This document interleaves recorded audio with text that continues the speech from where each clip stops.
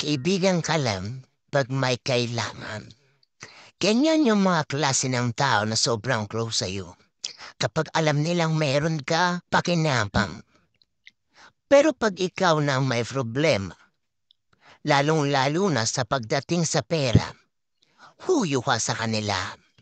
Sabi nga nila, malalaman mo ang tunay na kaibigan kapag andyan siya sa oras ng iyong kagipitan at pangangailangan.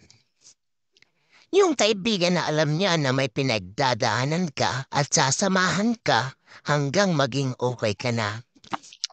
Hindi yung kaibigan na ipipm ka lang para magpa-like ng mga post niya. Hindi yung klase ng kaibigan na pagharap ka lang, purong-puri ka. Pero sa ibang tao, sinisiraan ka. Hindi dapat ganito ang klase ng kaibigan na pinakikisamahan mo. Dahil hindi lahat ng kaibigan mo, kaibigan din ang turing sa'yo.